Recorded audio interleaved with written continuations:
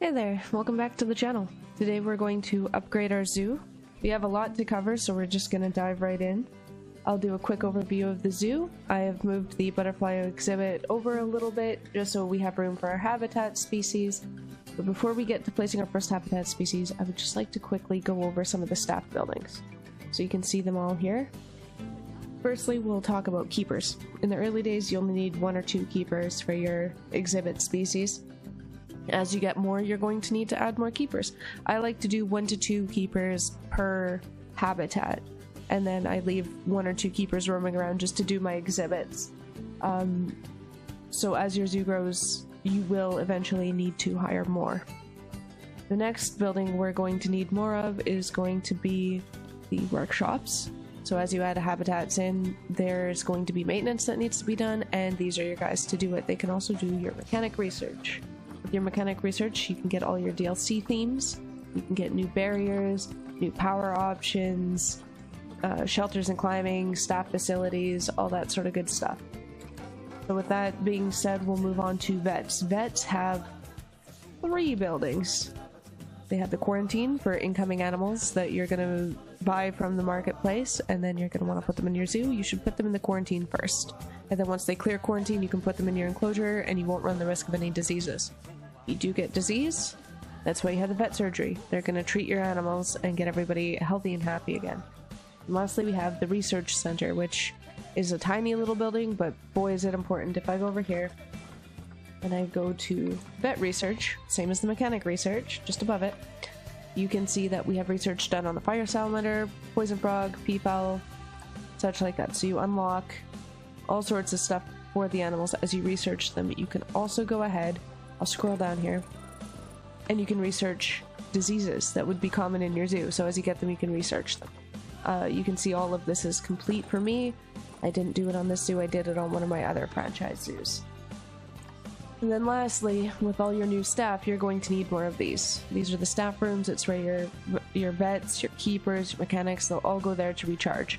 So you want to keep your staff happy, so you're going to want more staff buildings.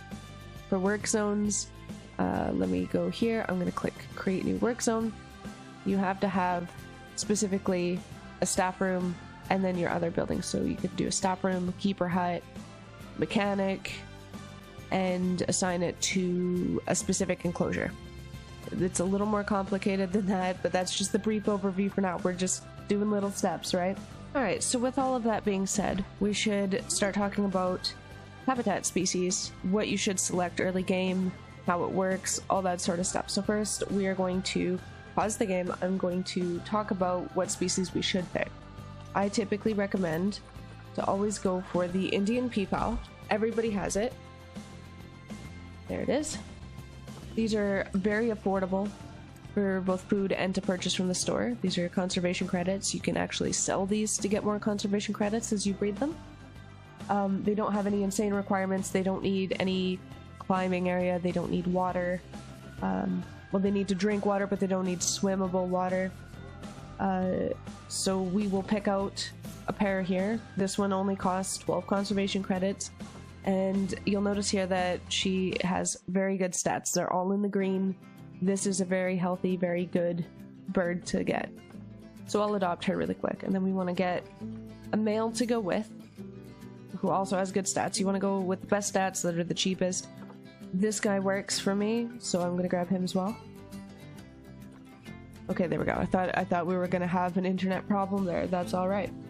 So these are an easily afforded species. You're not going to make a bunch selling them unless you go into the more rare colorations like this one here. See, he's worth a little bit more, but some people are absolutely crazy and they'll just list things for 2,000. For this one's got perfect stats for 2,000. This one has almost perfect stats for 1,000. You don't need to worry about that. Another thing to watch out for when you're buying animals is, this is a perfect example. Right here, she is an elderly bird, which means she's not going to breed, and if she does, you're very lucky, and she's near the end of her lifespan.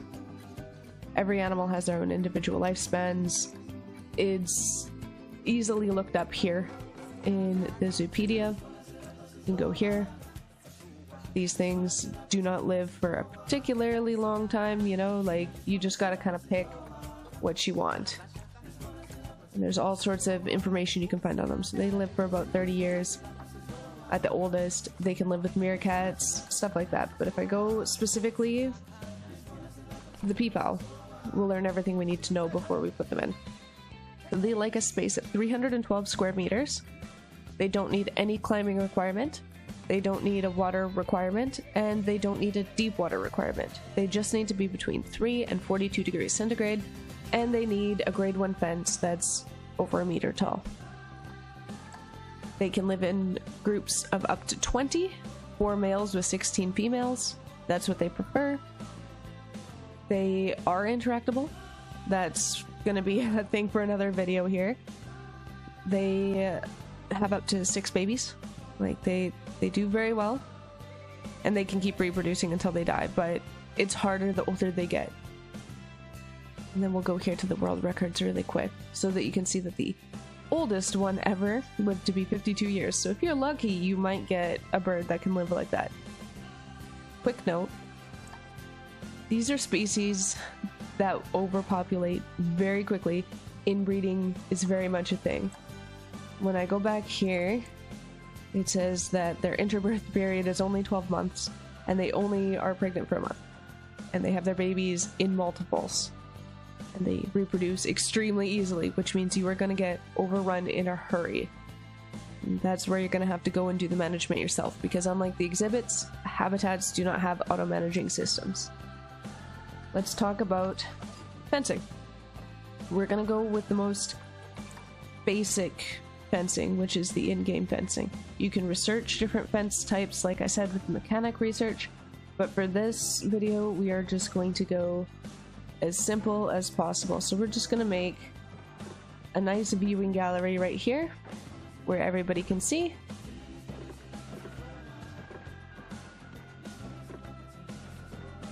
Perfect. So there you go. Basic viewing gallery, and because it doesn't need to be pretty, I am just going to build straight out like this. Now, I've built at the end of my zoo because I want to entice people to come from the entrance farther in. So I like to put, when I do my big zoos, I like to put like an attraction right here in the plaza. So I'll usually do flamingos. I've used capybaras. I've used peafowl, monkeys one time. It just depends what you want to do. Again, that's a later thing, but for now, peafowl will be the most interesting thing in my zoo, which means I want people to walk through my whole zoo to spend money to get to where the peafowl are. So you could just leave your barrier like this, or you can get a little creative. There's a bunch of settings in the tabs here. There's a setting here that says window. So I'm gonna plug in the one-way glass because that's what I have. I don't know if you need to research this necessarily. And then I'm gonna change it so that the black side is inside so everybody can see in, but the birds can't see out. So that's just a quick, easy way to set up your very first fence. When we're talking about habitats, there's all sorts of things you can do. You can custom build things. You see that there's just entirely too much to scroll through.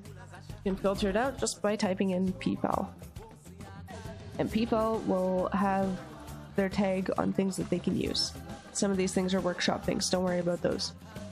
You want to make sure that they've got their enrichment and their needs met. So this is a forage box. It's going to be a food enrichment. I'm going to put down a food bowl so they have something to eat. I'm going to put down a water trough so that they have something to drink. And I'm going to give them a toy to play with, because who wants to be bored cooped up all day? And then lastly, I'm going to give them somewhere nice to sleep. I'll put it right up here so people can see when the birds are tired. And the birds shouldn't stress because unless people are being really, really loud, and then you can put like do not disturb signs out. There we go. So that is the most basic, bare bones peafowl enclosure, but it has everything they need. You can add more enrichment if you like. You can give them a sprinkler. There. We're gonna have some pretty happy peafowl when they come in here. Let me just get them moved in, and I'll show you the rest of what you need to look at when it comes to habitat species. Alright, so I went to my trade center, selected my 2 new people, and now I'm going to click on habitat number 3 here. And once time gets going, they're going to show up here in a box. So we'll just wait for now. Alright, here he comes with one of our birds, and there's the second one in the back. Gonna have to put some more garbage bins out because the people are being heathens again. So we'll click on our people here. Looks like a pretty happy guy. All of his needs are being very well met. You can also add soil. Just sort of paint it in there. He's a very happy bird now. So he's got his hard shelters met, his terrain needs are met, his space needs are met. He's got everything he likes. He can go with a little more plant coverage, but he doesn't seem to mind. There we go. So those are all set up and they're going to need to breed and make babies. I'm just going to throw down some bins really quick here. And the same thing with habitat species that you do for exhibit species. You want to put a bin near the viewing area so that people will pay to see your animals. So as I was mentioning before, these things breed like bunny rabbits, and inbreeding is a factor in this game. So once this guy has some chicks, I'm going to sell him. I'm just going to get rid of him and I'm going to replace him with another male. So in the meantime, while you're waiting, what you can do, don't mind my ever-growing collection of peafowl. I've had to record this video a few times over. You can just go through in here and find another male. Oh, there's a rare one there for 20. But this guy's actually a better deal, so I'll adopt him and I'll leave him in my trade center for now. So our female now is about to have some chicks. And here we go. 1, 2, 3. I see 4 babies. Now we've got 4 baby peacocks. They should all have pretty good stats, yeah. But my strategy is always... oh, see, this one's not as good. You sell all the males and keep the females, then you just have to replace your breed male. I'm gonna grab him here. I'm gonna put him in the trade center. Don't need him anymore. This is all just to avoid inbreeding. I recently bought a new male named Hans. I will put Hans in the zoo. I have time going like crazy, so this does take a little bit normally, but I'm just using the time skip function down here. And there he is. There is Mr. Hans, hanging out in our zoo with a new lady to woo. You'll notice that peafowl are quite dirty. This is, again, why I said some enclosures are going to need more keepers than others, but for now, with the zoo as small as it is, it'll be fine. If you start getting a lot of messages, right now it's complaining about no security, and here it says high amounts of litter, that's because I forgot to put garbage bins back after I renovated. It's no big deal for me, it'll get fixed eventually. Just hire more staff. You can set up your work zones, so you could put a staff room, a keeper hut, and a workshop, and set it to have certain staff in it that only maintain this habitat. And then that way, you know, you're guaranteed to have employees at any point working on specific areas of your zoo. But right now, early days, again, it's still profit over pretty. So you don't need anything too fancy. We'll go over how to make things more beautiful and detailed in a later video. But for now, that's where I'm going to wrap it up. I hope this helps you with your first habitats and picking your first species. Just to recap, it's gonna just go for what's cheap, reproduce as well, and isn't easily stressed out by humans. And you will be very well off. Alright, thank you guys for watching. I hope you'll like and subscribe if you like the content. And I'll see you guys in the next video. Cheers.